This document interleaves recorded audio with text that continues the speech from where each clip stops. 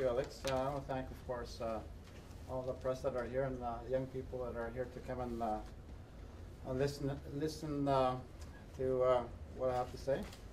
So first of all, in response to the National Chief's visit to Rome, I just want to remind everyone that the whole intent of the residential school policy was to take the Indian out of the child. This was seriously wrong, and it's a very sad chapter in Canadian history that as Canadians we should all be aware of and never forget. We should never forget that. It's part of this country's history, so events like the Pope's expression of regret only continues to confirm the sad chapter of our history, First Nation history. The National Chief's trip to Rome and his audience with the Pope is being closely watched by First Nations people everywhere. Phil Fontaine, of course, as you know, is from Manitoba, so people here are taking a special interest because we know him personally. His work is the reason the residential school legacy has the high profile that it has. His story of his own abuse is why the country understands why residential schools devastated our people and our culture and our languages, our traditions, our customs. So we recognize the event for what it is, and we hope other people will as well. To hear a Pope express his regrets for what happened to First Nation people represents an important turning point in our relationship with the Christian world. It's worth saying that the Pope invited the National Chief and survivors of residential schools to Rome to hear him in person. That means the religious leader of an institution, the oldest pillar of the Christian world, is expressing his personal sorrow for what happened. The National Chief said he accepted the statement for its significance. He said the statement did not amount to an official apology, but he also went on to say that he hopes the expression of regret will close the book on the issue of apologizing for residential schools. It is up to each survivor to decide in their own hearts and minds whether that's good enough for them. It's time to move on to the next steps of healing and reconciliation. When you say you are sorry about something, you do more than utter words.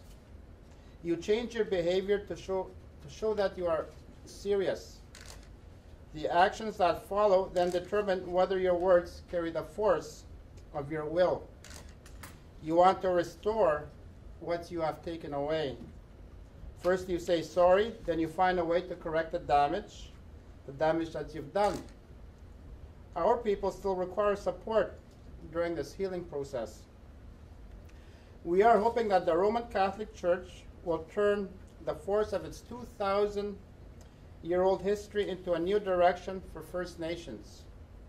We hope the Pope will partner with First Nations in the future. Residential schools created an intergenerational purgatory for First Nations. A lot of the social damage is still playing out in our homes and in our organizations today.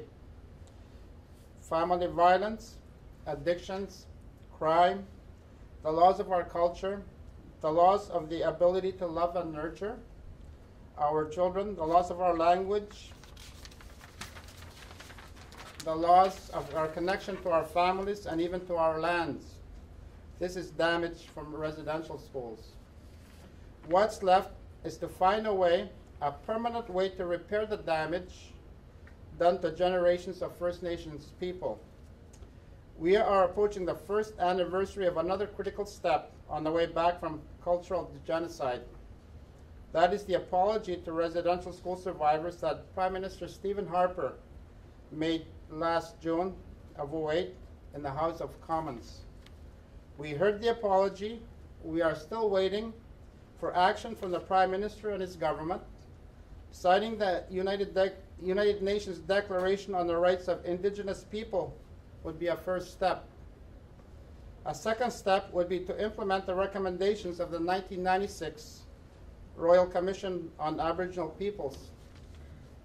Now that the Pope has expressed his sorrow, we know the Holy Father will understand how important it is to follow up his words with actions actions that will take serious and significant steps together with First Nations to develop solutions that will result in healing of the generations that were impacted. The Pope said in New York that he encouraged church leaders and Catholics to help those generations that are still living with the consequences of pedophilia. That goes for residential schools too. Those are my comments. So I want to thank you very much. If you have any